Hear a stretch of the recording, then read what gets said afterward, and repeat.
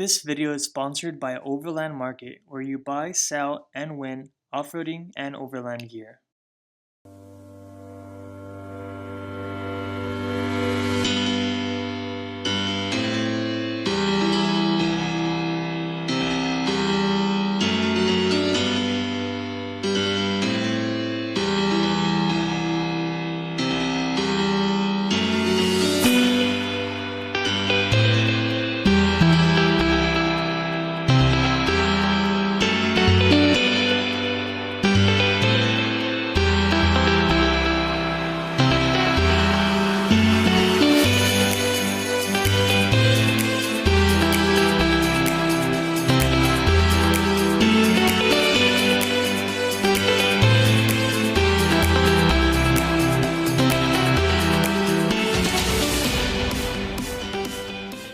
What's going on, guys? Another Taco Tuesday. Happy Taco Tuesday. Today we have my boy Kevin. How you doing, man? How you doing? So thanks for coming out. Yeah. Tell us about your rig, man. Alright, so first we're gonna start with a quick overview.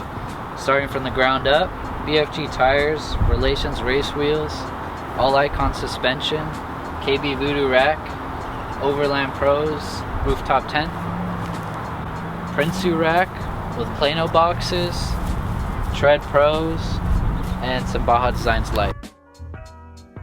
For my setup, it's extremely basic. I just have LED fogs and headlights, along with some Baja Squadron Pros with the amber covers. I went with amber because they help with fog and rain.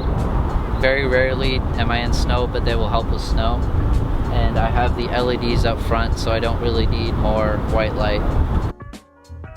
So from front to back, I have Tread Pros mounted right up front, along with two 42-inch Plano cases, and they are hard mounted to the rack. I went with Prinsu rack because, well, first of all, I got it used from a friend, and second of all, I like the lower profile than the front runner. Basically, that's about it for the Prinsu. For this case, I have basic recovery gear. On the other case is basic tools, breaker bars, sockets, wrenches, and this side it's high lift jack adapters and toe straps, and basically that's it. The bed rack is a KB Voodoo short bed mid-height rack, along with my Crazy Beaver shovel, Overland Pros, Anza 1400 3-person tent. It's a gray tent, and it has just a regular basic green 3-inch mattress cover on the inside.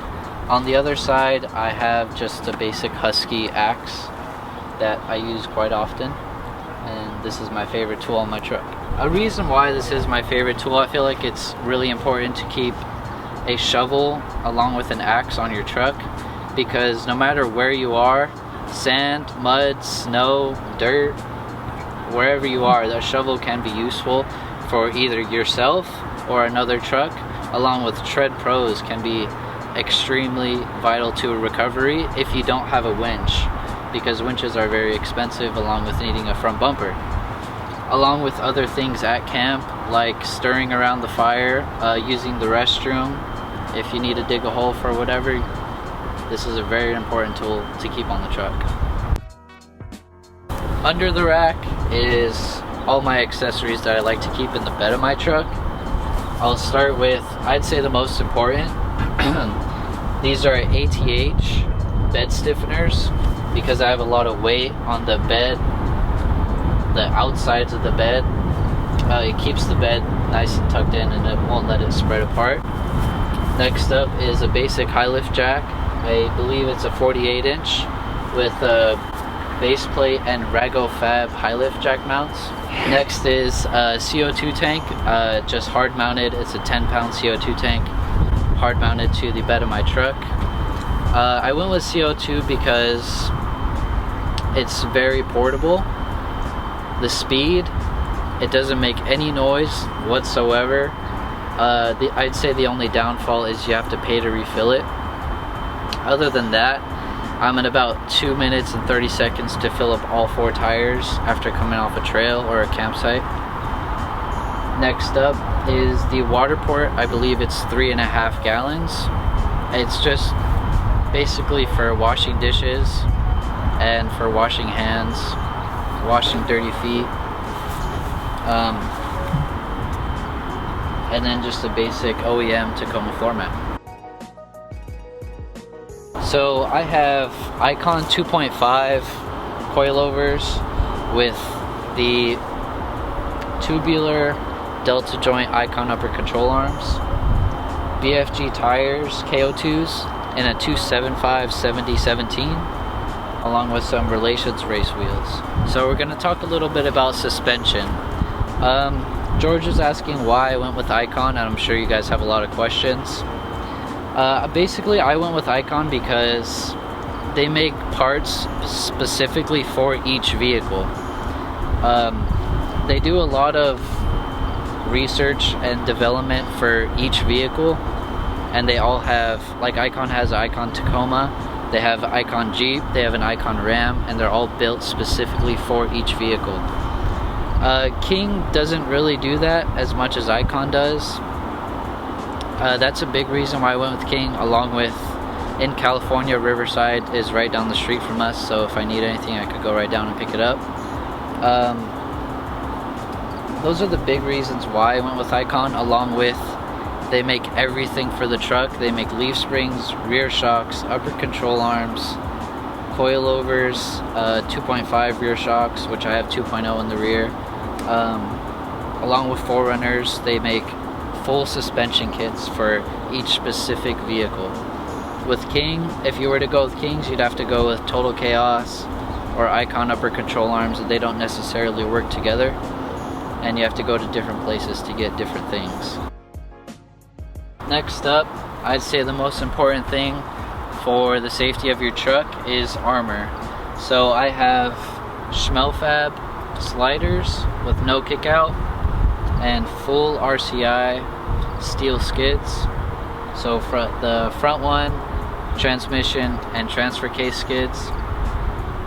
I believe sliders are the most important because if you want to do any sort of off-roading, mild or crazy stuff, sliders are going to protect the cab of your truck, along with they also do cool things like protect against door dings from other people.